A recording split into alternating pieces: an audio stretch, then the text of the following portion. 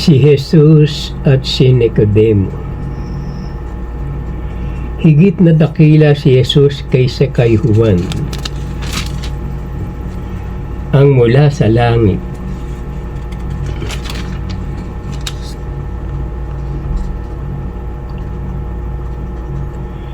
May isang Pariseo at pinuno ng mga Hudyo na nagngangalan Nicodemo. Sumagot si Jesus, "Sinasabi ko sa inyo, maliban na ipinanganak na muli ang isang tao, hindi siya paghaharian ng Diyos." Sinasabi ko sa inyo, ani Jesus, maliban na ang tao'y ipanganak sa tubig at sa Espiritu, hindi siya paghaharian ng Diyos.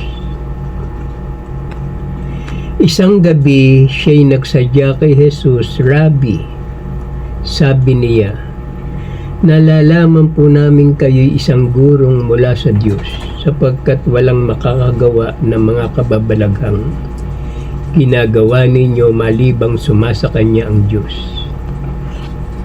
Papaano pong maipanganganak na muli ang isang tao kung matanda na siya? Makakapasok pa ba siya sa tiyan ng kanyang ina para ipanganak uli?" Tanong ni Nicodemo. Ang ipinanganak sa laman ay laman, at ang ipinanganak sa Espiritu ay Espiritu. Huwag kayong magtaka sa sinasabi ko sa inyo. Lahat ay kailangan ipanganak na muli. Sa pangalan ng Ama at ng ating Panginoon Hesukristo na anak at ng banal na Espiritu. Amen. Amen. Amen. Amen. Amen. Amen. Amen. Diyos amang makapangyarihan sa lahat na may lalang ng langit at lupa, purihin ka, Panginoong Yahweh, ng buong puso ko at kaluluwa. Purihin amang Yahweh, pagkat siya ay mabuti.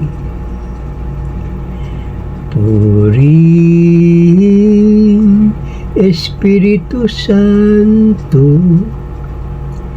pagkat siya ay mabuti.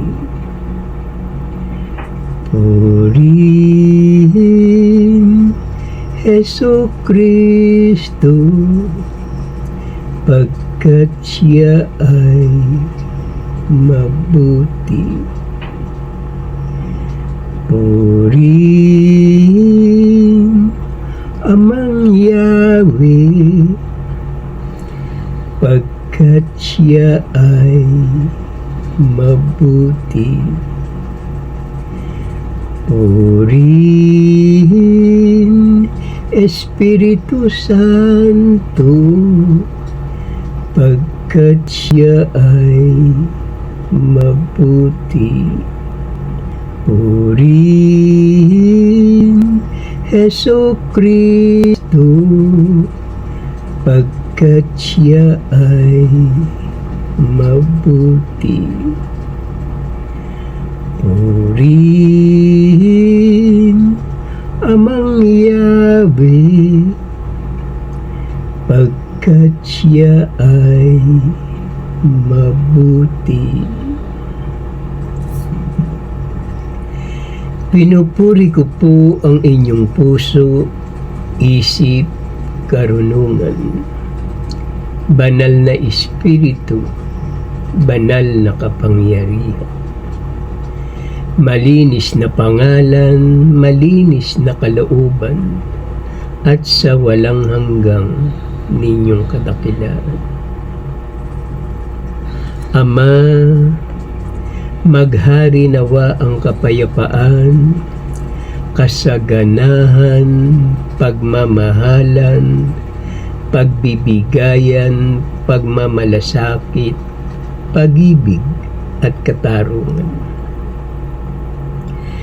Diyos amang makapangyarihan sa lahat na may lalang ng langit at lupa, dagat at lahat ng mga nakikita natin at pati ang ating buhay. Mga isdang naglalakihan sa karagatan, mga hayop na kinakain sa kalupaan, mga gulay at prutas na nagbibigay sa atin ng kalakasan, mga puno at halamang gamot na ginawa ng Diyos, tinitimpla ito ng parmasyotika upang ipamahagi sa lahat na may karamdaman dito sa bayang Pilipinas at maging sa buong sanlibutan. O kay buti mo, Panginoong Yahweh, marapat lamang na kayo'y pasalamatan, kilalanin, paglingkuran, at sambahin sa pangalan ng Ama at ng ating Panginoon Hesukristo at ng Anak at ng Banal na Espiritu. Amen. Amen. Amen. Amen. Amen. Amen. Maraming salamat po, Ama, sa magandang umaga. Maraming salamat po, Ama, sa lahat ng biyaya na pinagkakaloob niyo sa amin dito sa bayang Pilipinas at maging sa buong sanlibutan.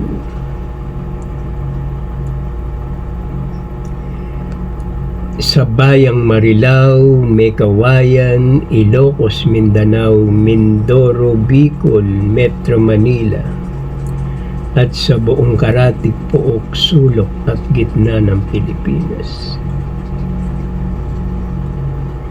Maraming salamat po, Ama, sa mahal naming Pangulo na si Bongbong Marcos. Patuloy niyo po siyang bigyan ng kalakasan at ilayo niyo po siya, Ama, sa kapahamakan at sa lahat ng uri ng karamdaman. Ilayo niyo po sila, ang pamilya Marcos. Sa kanyang mahal na ina na si Ginang Imelda Romualdez Marcos, si Irene at si Amy at ang kanilang mga anak. Patuloy niyo po silang patnubayan at gabayan sa lahat ng oras at araw, sapagkat ang mga taong lumalait at sumisira sa aming mahal na Pangulo, Ama, iniaalay namin sa inyo ang ginagawa sa pamilya Marcos. At maghari nawa, Ama, ang kapayapaan, pag-ibig at katarungan. Ama, Banal na Espiritu, Panginoon Hesukristo, mahal na mahal po namin kayo. Kayo ang aming Diyos ang maghahari sa bayang Pilipinas. Salamat po, Ama, sa maganda ninyong kalooban at sa walang hanggang ninyong pag-ibig at pag-iingat sa amin. Salamat po, Ama. Amen. Maghari nawa, Ama, ang kapayapaan, kasaganahan, pagmamahalan, pagbibigayan, pagmamalasakit, pag-ibig at katarungan. Tayo na at yumuko at tayo'y manalangin upang tayo'y patnubayan at gabayan sa araw-araw na ating pamumuhay dito sa ibabaw ng lupa, dito sa bayang Pilipinas. Tayo ay yumuko at tayo'y pumikit. Ama namin na sa langit, sambahin nawa ang pangalan niyo. Kayo nawa ang siyang maghari sa amin. Sundin nawa ang inyong kalooban dito sa lupa, tulad ng sa langit. Bigyan mo kami ng pagkain kailangan namin sa araw na ito, at patawarin mo kami sa amin mga kasalanan, para ng pagpapatawad namin sa nagkakasala sa amin. Huwag mo kaming iharap sa mahigpit na pagsubok, kundi layo nyo kami sa masama. Sapagkat sa inyo ang kaharian, kapangyarihan, at ang kapurihan magpasawalang hanggan. Amen. Puri Amang Yahweh, pagkat siya ay mabuti. Our Father who art in heaven, hallowed be thy name. Thy kingdom come, thy will be done on earth as it is in heaven. Give us this day our daily bread, and forgive us our trespasses, as we forgive those who trespass against us. And lead us not into temptation, but deliver us from evil. For thine is the kingdom, in the power, in the glory, forever and ever. Amen. Puri Espiritu Santo, pagkat siya ay mabuti. Ama namin na sa langit, sambahin nawa ang pangalan niyo. Kayo nawa ang siyang maghari sa amin. Sundin nawa ang inyong kalooban dito sa lupa, tulad ng sa langit. Bigyan mo kami ng pagkain kailangan namin sa araw na ito, at patawarin mo kami sa amin mga kasalanan, para ng pagpapatawad namin sa nagkakasala sa amin. Huwag mo kaming iharap sa mahigpit na pagsubok, kundi layo nyo kami sa masama. Sapagkat sa inyo ang kaharian, kapangyarihan, at ang kapurihan magpasawalang hanggan. Amen. Puri Jesucristo, pagkat siya ay mabuti. Our Father who art in heaven, hallowed be thy name. Thy kingdom come, thy will be done on earth as it is in heaven. Give us this day our daily bread, and forgive us our trespasses, as we forgive those who trespass against us. And lead us not into temptation, but deliver us from evil. For thine is the kingdom, in the power, in the glory, forever and ever. Amen. Puri Amang Yahweh, pagkat siya ay mabuti. Ama namin na sa langit, sambahin nawa ang pangalan niyo. Kayo nawa ang siyang maghari sa amin. Sundin nawa ang inyong kalooban dito sa lupa tulad ng sa langit. Bigyan mo kami ng pagkain kailangan namin sa araw na ito at patawarin mo kami sa amin mga kasalanan para ng pagpapatawad namin sa nagkakasala sa amin. Huwag mo kaming iharap sa mahigpit na pagsubok, kundi layo nyo kami sa masama. Sapagkat sa inyo ang kaharian, kapangyarihan, at ang kapurihan magpasawalang hanggan. Amen. Purihin, Espiritu Santo, pagkat siya ay mabuti. Our Father who art in heaven, hallowed be thy name. Thy kingdom come, thy will be done on earth as it is in heaven.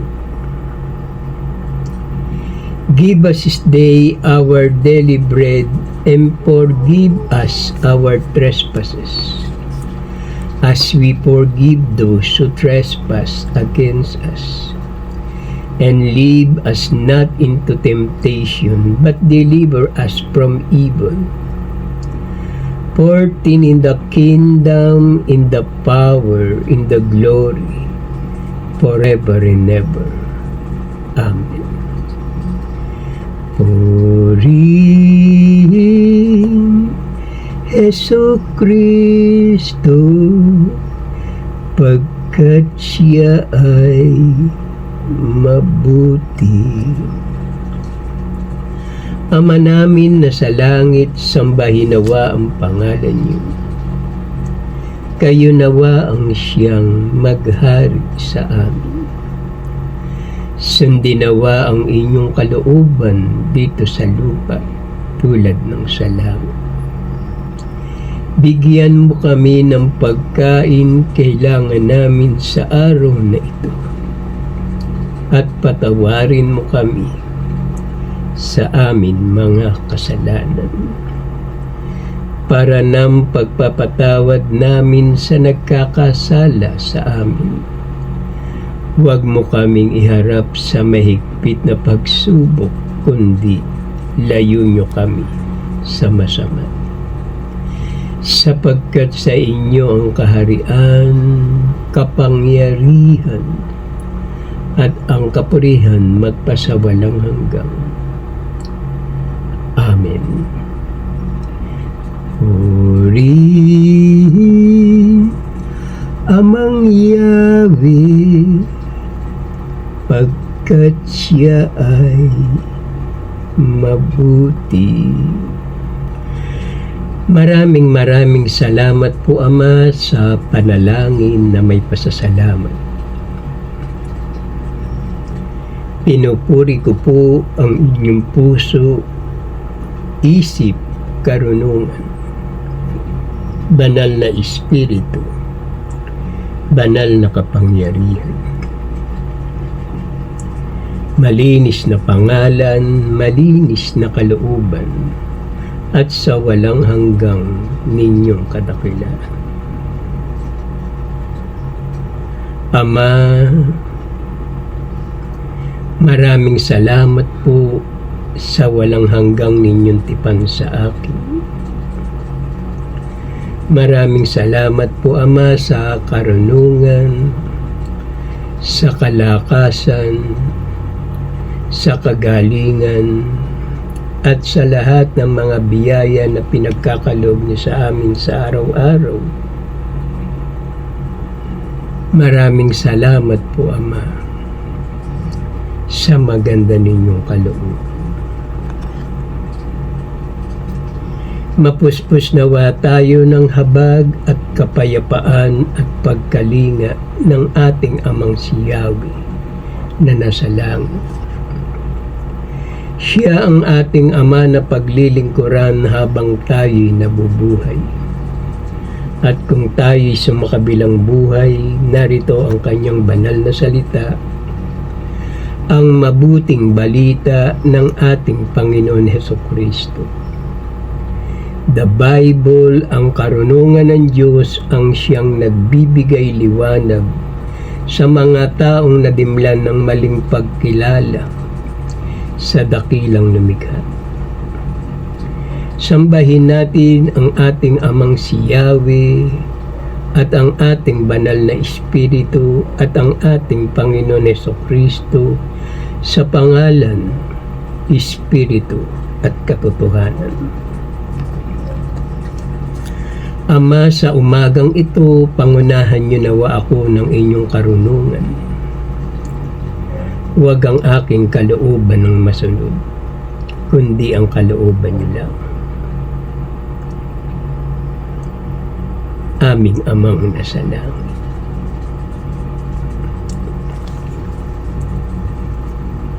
Tayo ay makinig sa nagsasalita upang tayo'y matuto sa ating buhay.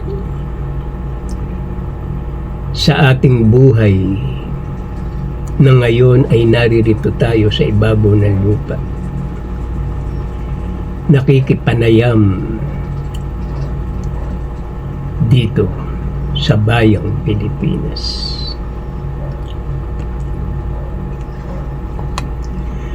Ang may pandinig ay makinig. Si Jesus at si Nicodemo. May isang Pariseo at pinuno ng mga Hudyo na nagngangalan Nicodemo.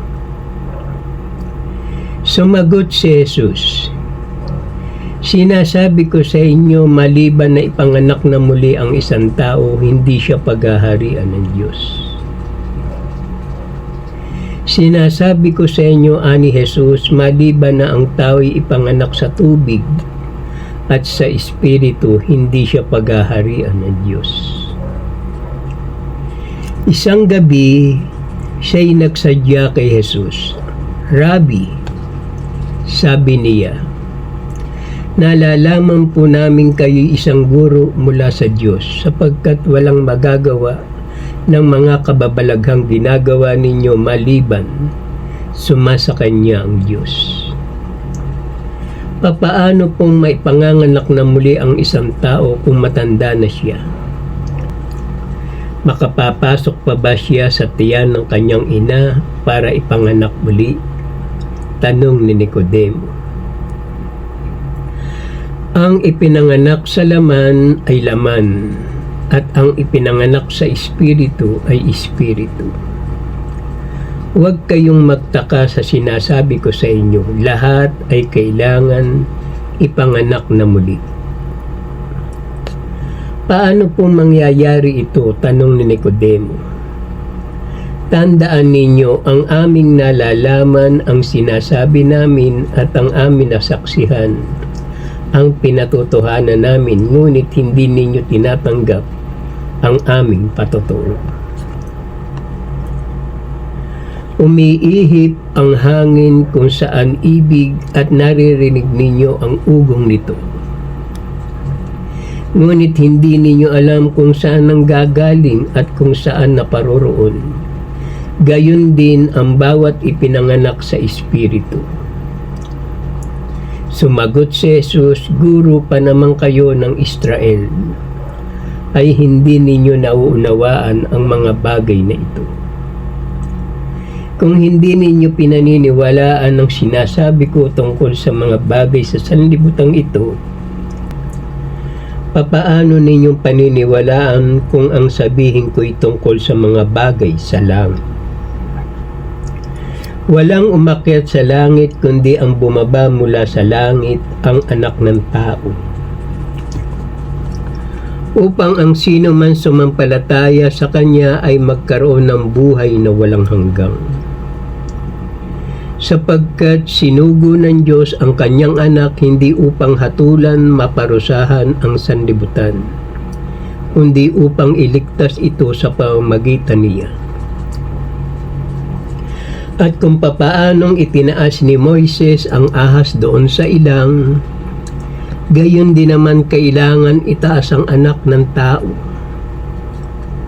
Gayon na lamang ang pag-ibig ng Diyos sa sanlibutan, kaya ibinigay niya ang kanyang buktong na anak upang ang sumampalataya sa kanya ay hindi mapahamak, kundi magkaroon ng buhay na walang hanggan.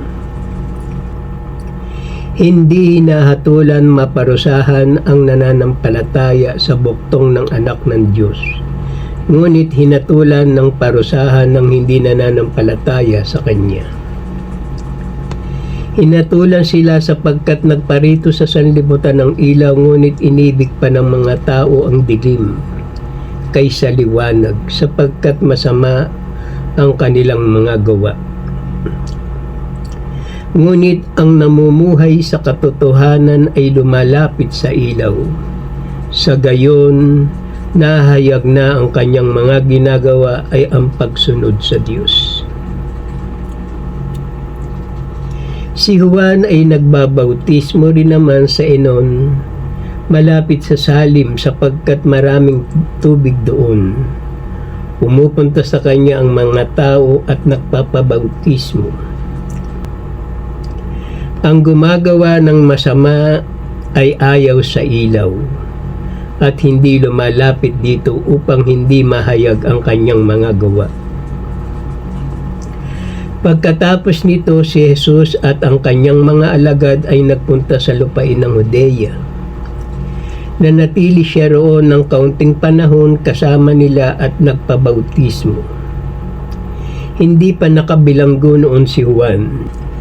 Minsan nakatalo ng mga alagad ni Jesus ang isang Hudyo tungkol sa tanging paraan ng paglilinis.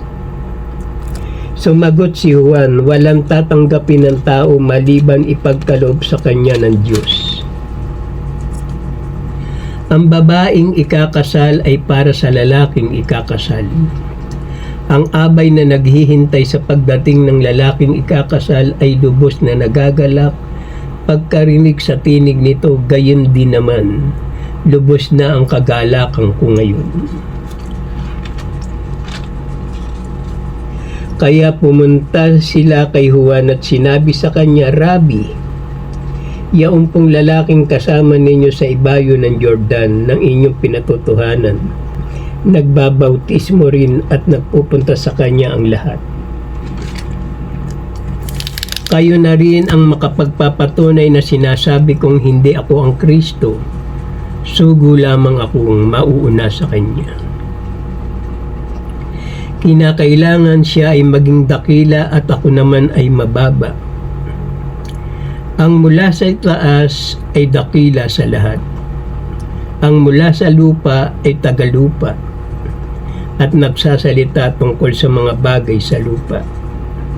Ang mula sa langit ay dakila sa lahat. Ang naniniwala sa kanyang patotoo ay nagpapatunay na tapat ang Diyos.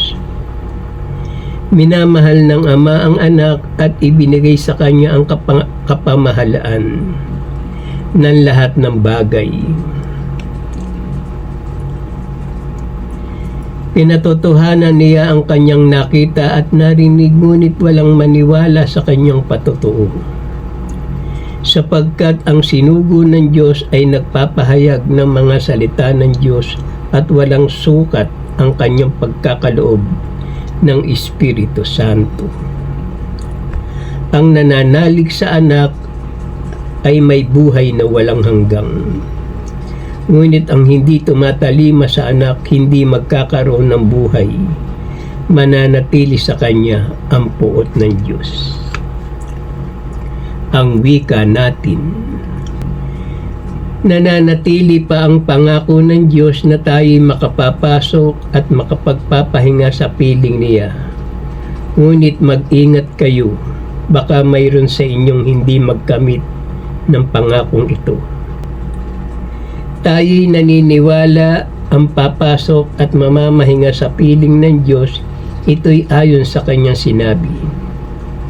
Sa galit ko'y aking isinumpang hindi sila makapapasok at makapagpapahinga sa piling ko. Sinasabi na ito bagamat tapos na ang kanyang pagkalikha sa sanlibutan. At muli pang sinabi, hindi sila makapapasok at makapagpapahinga sa piling ko. Sapagkat tulad nila'y napakinggan din natin ang mabuting balita, ngunit hindi nila pinapinabangan ang balitang kanilang narinig, sapagkat hindi nila ito pinaniwalaan.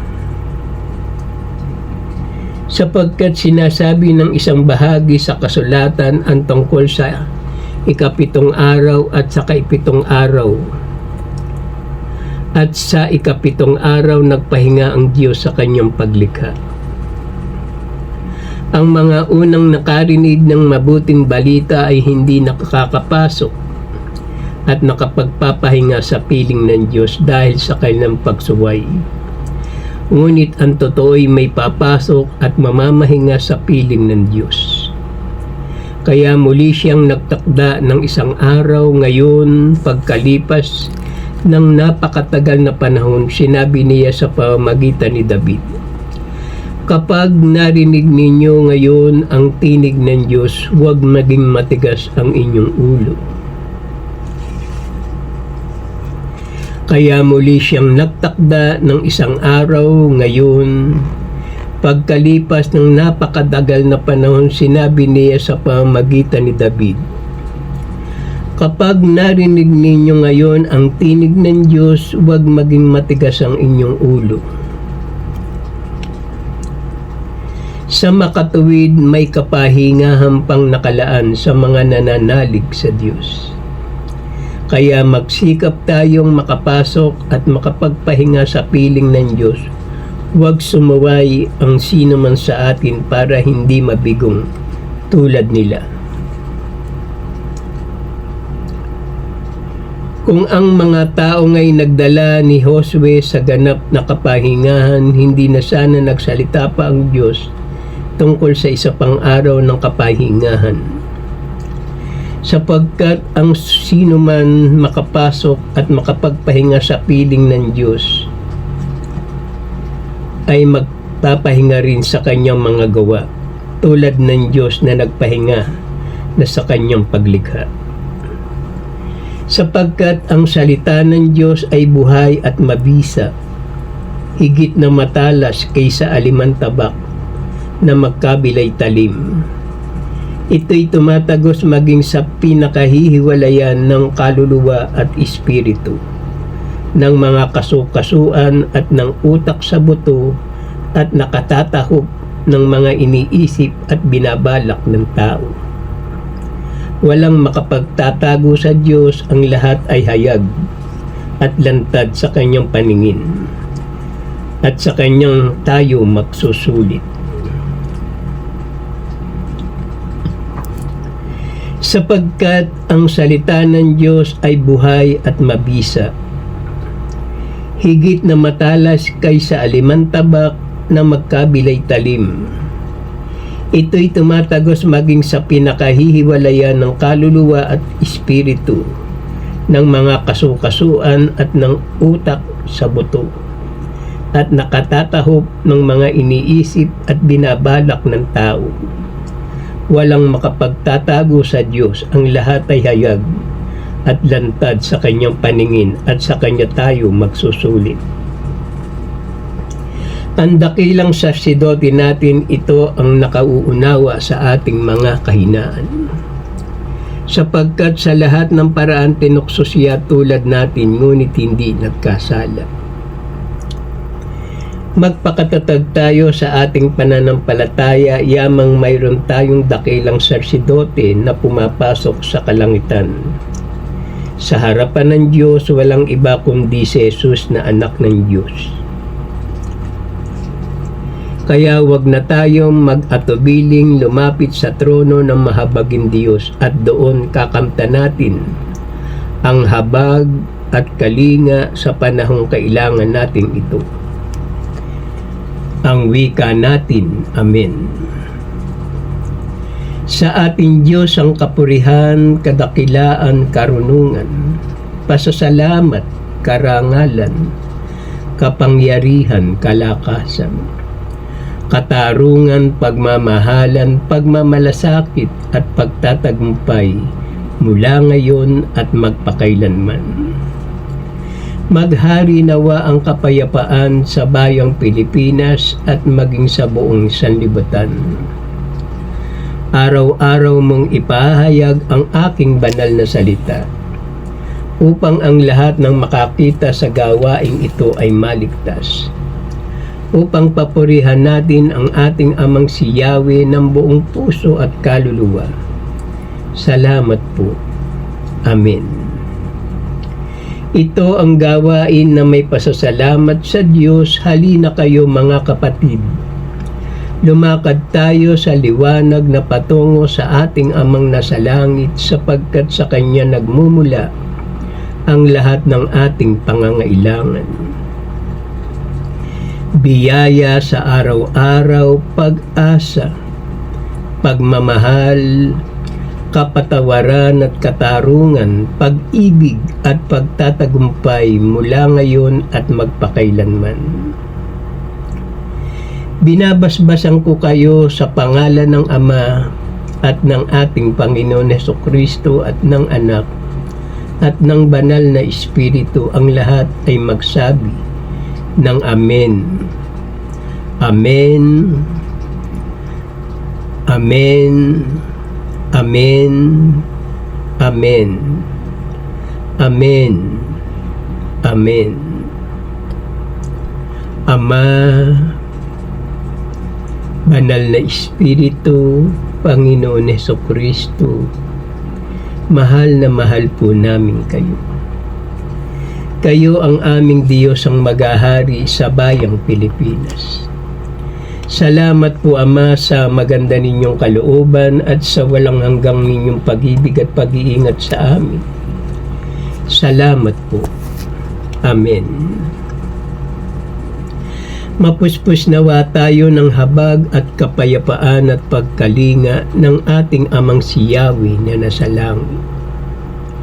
Siya ang ating Ama na paglilingkuran habang tayo'y nabubuhay at kung tayo'y sumakabilang buhay. Narito ang kanyang banal na salita, ang mabuting balita ng ating Panginoon Hesukristo.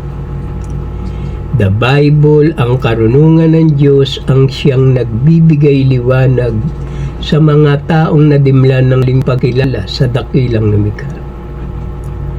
Sambahin natin ang ating Amang si Yahweh at ang ating Banal na Espiritu at ang ating Panginoon Hesukristo sa pangalan, Espiritu at katotohanan. Ang wika natin, Amen. Sa ating Diyos ang kapurihan, kadakilaan, karunungan, pasasalamat, karangalan, kapangyarihan, kalakasan, katarungan, pagmamahalan, pagmamalasakit at pagtatagumpay mula ngayon at magpakailanman. Sumainyo nawa ang kapayapaan, kasaganahan, pagmamahalan, pagbibigayan, pagmamalasakit, pag-ibig at katarungan mula ngayon at magpakailanman. Sa lahat ng mga tao na namumuhay dito sa bayang Pilipinas, hangad ko na ang inyong sarili ay magbalik loob sa Diyos. Sapagkat ito ang panahon, ito ang araw na tayo kailangan magbalik loob sa Kanya. Sapagkat napakagulo ng sanlibutan. Pag nagalit ang kalikasan, hindi natin alam kung saan tayo pupunta at kung saan tayo tatakbo. Para lamang natin makita ang mga bagay na ito na nakapangingilabot na mangyayari sa sino man hindi kumikilala sa Diyos. Kaya ako sinasabi sa inyo ito ay isang babala. sa mga tao na namumuhay ngayon na puro pansariling kapakanan lamang ang kanilang ginagawa. Mas gusto pa nila ang manglamang sa kapwa, hindi sila magtrabaho sa kanilang sarili upang sila'y mabuhay ng marangal dito sa ibabaw ng lupa. Kaya mapalad kayo na ang lahat ng tao